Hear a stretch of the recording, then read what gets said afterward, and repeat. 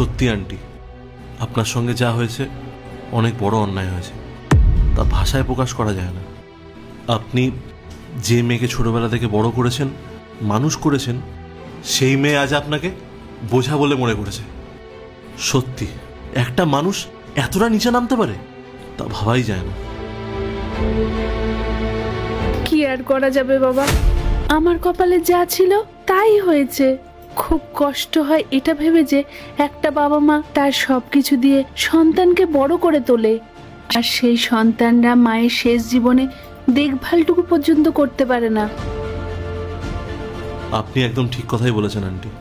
কিছু টাকা আর কিছু সম্পত্তির জন্য মানুষ নিজের আপনজনকেই ভুলে যায়। আমি এখন কোথায় যাব বাবা, কি করব? গ্রামে ফিরে যাওয়ার মতো আমার কাছে একটা টাকাও নেই। সবটাই যে আমি ওর হাতে তুলে দিয়েছি। এখন এই শহরে আমি কোথায় যাব? আন্টি, আপনিই তো বললেন আপনার গ্রামের সব সম্পত্তি আপনি বিক্রি করে দিয়েছেন, আর আপনার মেয়ে যখন আপনাকে রাখতে অস্বীকার করছে, তাহলে আপনি কোথায় যাবেন? ভাগ্যে যা আছে তাই হবে মা। এদিক ওদিক করে ঘুরে বেড়াবো, মানুষের কাছে এই হাত পাতবো।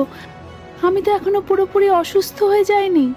আমি ঠিক ছোটখাটো কোনো একটা কাজ ঠিক জুটিয়ে নেব, আর এই কষ্ট করে বাকি জীবনটাও কাটিয়ে দেব। সত্যি আন্টি, আপনার মধ্যে বেঁচে থাকার সাহসটা দেখে আমি মুগ্ধ। আর আন্টি, আপনি যদি চান আমরা আপনার পাশে দাঁড়াতে পারি।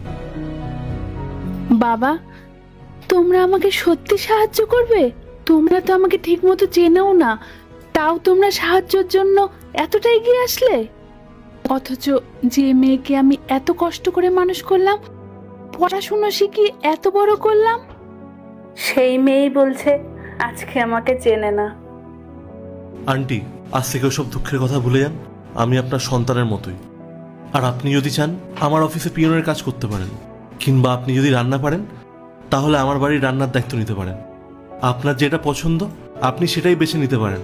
আপনাকে আমি প্রত্যেক মাসে 15-16 হাজার টাকা করে স্যালারি দিয়ে দেবো, আর আপনার থাকা খাওয়া নিয়ে কোনো চিন্তা করতে হবে না।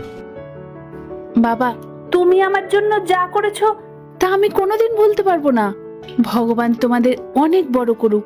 তোমরা আমাকে নতুন জীবন দিলে বাবা। আন্টি, আজকের থেকে আপনি আমাদের পরিবারের একজন, আপনার আর কোনো কষ্ট থাকবে না। আন্টি, আমি কি আপনার পাশ হয়ে আশীর্বাদ দিতে পারি?